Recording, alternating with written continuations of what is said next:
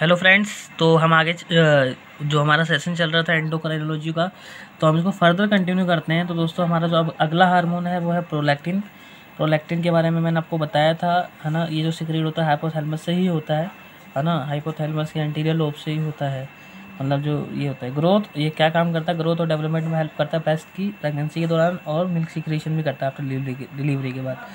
और इसका जो ये काम ये क्या करता है, हाइपोथैलेमिक पिट्यूटरी गोनाड्स को ये इनहिबिट करता है। और अगर इसका लेवल ज़्यादा हो जाए बॉडी के अंदर तो एमिनोरिया कॉज करता है, मतलब लैक्टेशन ज़्यादा हो जाता है, और जिस वजह से inhibition of ovulation and infertility cause हो जाती है दोस्तों, है ना। ओव्यूलेशन नहीं होगा तो क्या होगा, इनफर्टिलिटी होगी। और अगर ये हार्मोन ज़्यादा हो जाए तो गैलेक्टोरिया हो जाता है फीमेल्स के अंदर, इनफर्टिलिटी हो जाती है मेल्स के अंदर दोस्तों। बात करते हैं हाइपोथैलेमस जो है ये सिक्रीट करता है प्रोलैक्टिन रिलीज इनहिबिटरी हार्मोन, मतलब PRIH प्रो, ठीक है। डोपामिन की तरह होता है सेम। डोपामिन एगोनिस्ट का आपने नाम सुना होगा, ब्रोमोक्रिप्टिन होता है दोस्तों। ब्रोमोक्रिप्टिन जो कि एक्शंस, मतलब इनहिबिटरी एक्शंस होता है जिनका पहला काम तो ये, और दूसरा काम ये होता है DT ब्लॉकर्स भी होते हैं, जैसे कि मेटोक्लोप्रामाइड आपने सुना होगा। वो ड्रग्स हाइपर प्रोलैक्टिनीमिया कॉज कर देती है, तो उस केस में हम ब्रोमोक्रिप्टिन वगैरह यूज़ कर सकते हैं दोस्तों। आगे हम चलते हैं फर्दर इसी सेशन को लेते हुए। तो हम यहाँ पे देखेंगे, आप इसमें यहाँ पे आप देखेंगे कि जो ब्रोमोक्रिप्टिन है दोस्तों, ब्रोमोक्रिप्टिन डोपामिन एगोनिस्ट होता है और हाइपर प्रोलैक्टिनी में यूज़ होता है।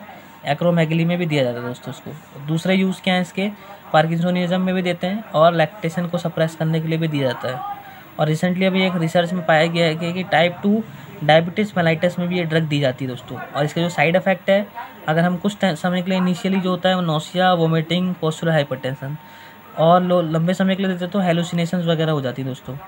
एक ड्रग है कैबरगोलिन, ये लॉन्गेस्ट एक्टिंग डोपामिन एगनिस्ट होती है, ये अर्गो डेरिवेटिव है। और एक और होती है जो नॉन अर्गो डेरिवेटिव है दोस्तों, वो क्यूनागोलॉइड होती है दोस्तों।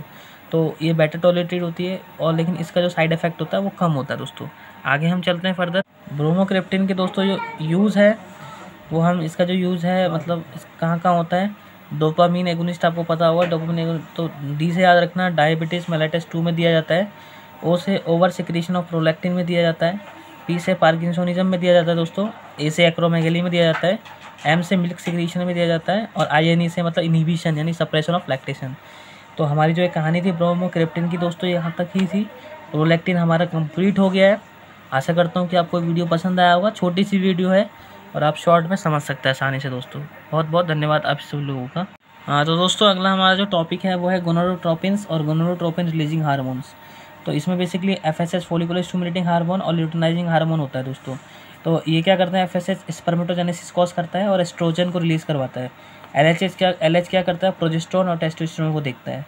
और मिड साइकिल LH जो होती है वो ओव्यूलेशन कॉज करवाती है ना। और इसमें जो GnRH है दोस्तों वो कंट्रोल करता है मतलब जो हाइपोथैलेमस है वो गोनाडोट्रोपिन रिलीजिंग हार्मोन कंट्रोल करता है दोस्तों, इसका नाम याद रखना। और अगर मैं बात करूं कि गोनाडोट्रोपिन्स की कमी की वजह से ये सारी बीमारियां हो सकती हैं। पहला है ओवुलेटरी इनफर्टिलिटी, फीमेल्स के अंदर हो सकता है। ओलिगोजूस्पर्मिया हो सकता है मेल्स के अंदर, या इनफर्टिलिटी भी हो सकती है। और इसका दूसरा नाम है हाइपोगोनाडोट्रोपिक हाइपोगोनाडिज्म भी कहते हैं इसको दोस्तों।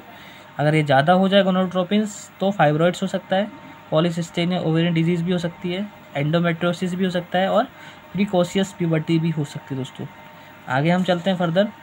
इसके जो आप देखेंगे यहाँ पे सिंथेटिक जो गोनाडोट्रोपिन रिलीजिंग हार्मोन होते हैं उसको, इसका एक एग्जांपल दे रखा है गोनाडोरेलिन, है ना। अगर इसको हम डिफ्रेंशिएट करते हैं, मतलब हम ये जांचते हैं पेशेंट के अंदर की हाइपोथैलेमिक एक्टिविटी और पिट्यूटरी की एक्टिविटी क्या होती है। तो उसमें अगर हम जब ये एडमिनिस्टर करते हैं गोनाडोरेलिन, तो हम ये पता लगाते हैं कि अगर LH का लेवल 10 से ज़्यादा होगा तो समझ जाएंगे नॉर्मल है, अगर कम होगा तो कोई डिजीज़ हो सकती है। तो इसमें जो एनालॉग्स की बात कर रहा हूँ, मतलब जो ड्रग्स होती है गोनाडोट्रोपिन रिलीजिंग हार्मोन की, जो एनालॉग्स मतलब एगोनिस्ट जो हैं वो बुसुरेलिन है, गोसिरेलिन है जो सबकुटेनियस से देखते हैं, और लियोप्रोलाइड है, नेफ्रेलिन है दोस्तों। ये दोनों ड्रग है नेसल रूट से दी जाती है। डिसलोरेलिन है, ट्रिप्टोरेलिन है दोस्तों, और हिस्टरेलिन है। इन सारी ड्रग का एक साइड इफेक्ट होता है कि फ्लेयर अप कॉज कर देती है, पहले बहुत ज़्यादा पोटेंट होती है और लॉन्गर एक्टिंग होती है than natural gonadotropin releasing hormone से दोस्तों। अगली जो हमारी एंटागोनिस्ट ड्रग है वो है सिट्रोरेलिक्स, गेनिरेलिक्स, एबेरिलिक्स, है ना। इसको हम SC देते हैं सबकुटेनियस इंजेक्शन के तौर पे। यूटेराइन फाइब्रॉइड्स में यूज़ किया जाता है इसको, और इन विट्रो फर्टिलाइजेशन में भी इसको देते हैं, है ना। लेकिन इसका जो साइड इफ़ेक्ट है दोनों ही का होता है दोस्तों। एगोनिस्ट और एंटागोनिस्ट दोनों का ही जो साइड इफ़ेक्ट है वो क्या है यहाँ पे, libido, loss of libido cause करता है, ऑस्टियोपोरोसिस कॉज करता है और हॉट फ्लशेस। तो हमारा ये बेसिकली जो गोनाडोट्रोपिन रिलीजिंग हार्मोन था कंप्लीट हो गया है दोस्तों। मैंने आपको पिट्यूटरी वाली यूनिट भी कंप्लीट करा दी है और थायराइड भी कंप्लीट करा दिया है। आगे के सेशन में हम आगे और भी चीज़ें बताएंगे और वीडियो में आप बने रहिए। तब तक के लिए आज के लिए बहुत बहुत धन्यवाद आप सभी लोगों को।